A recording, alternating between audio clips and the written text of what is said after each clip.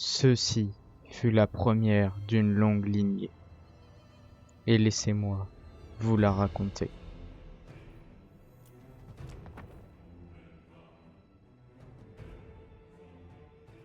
Tyrion, l'un des plus grands princes aux Elfes, mena une puissante armée. Son but, repousser l'invasion Skaven, menée par un puissant seigneur de guerre.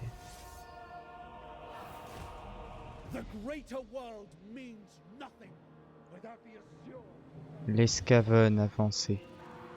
Ils étaient venus en nombre. Ils étaient plus de 6500. 6500 hommes rats, prêts à envahir le monde des elfes.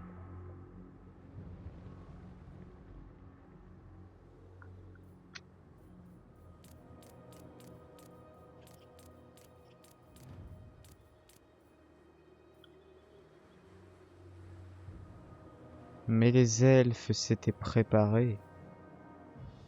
Tyrion avait levé une armée. Une immense armée.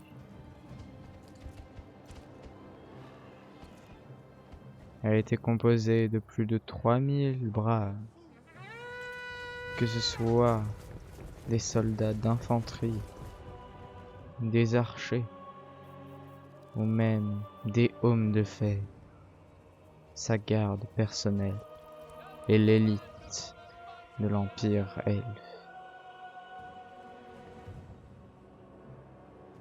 Mais les Skaven n'étaient pas en reste. Leur chef de guerre était monté sur un amas de chair, de sang, mais surtout de malpierre.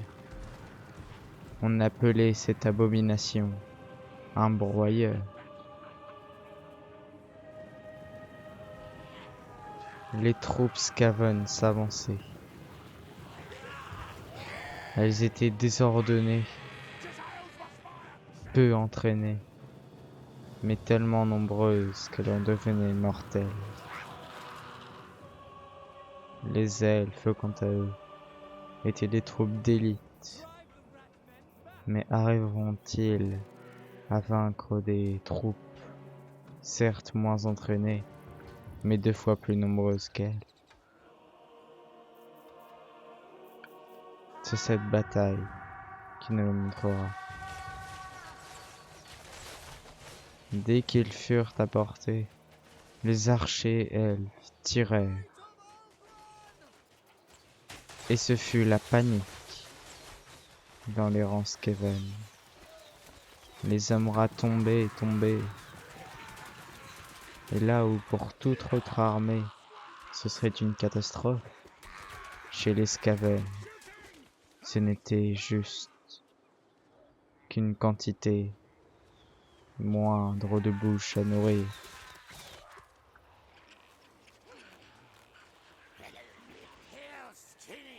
Les flèches pleuvaient, mais les munitions, elles, fondaient. Jusqu'à quand les carquois de ces nobles archers tiendront? Cela, seul le chef de guerre Skaven connaît la réponse. Car c'est lui qui ordonne à ses esclaves d'avancer. Mais est-ce que ce choix est le bon? Foncer vers des lignes de soldats, la garde argentée, l'une des forces les plus implacables du vieux monde.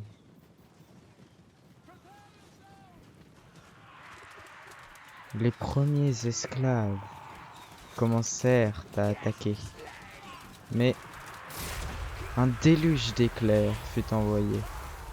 Car oui, je ne vous l'avais pas dit,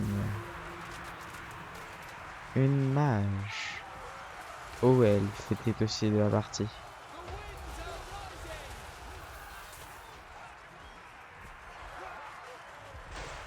Le seigneur de guerre commença par mettre à mal la garde argentée, ce qui permit à quelques Skaven de s'infiltrer. Mais Ils furent bien vite repoussés par les soldats de la garde. Les frondeurs Skaven eux aussi ripostèrent, mais leurs dégâts étaient bien moindres par rapport aux puissants archers.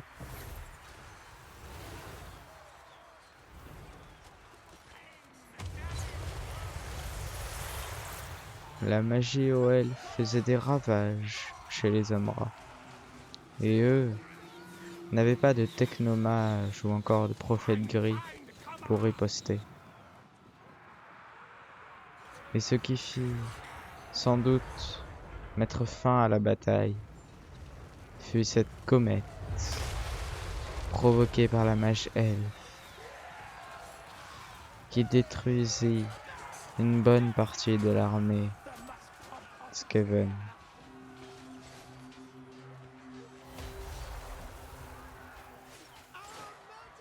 Mais le broyeur du seigneur de guerre faisait toujours des ravages.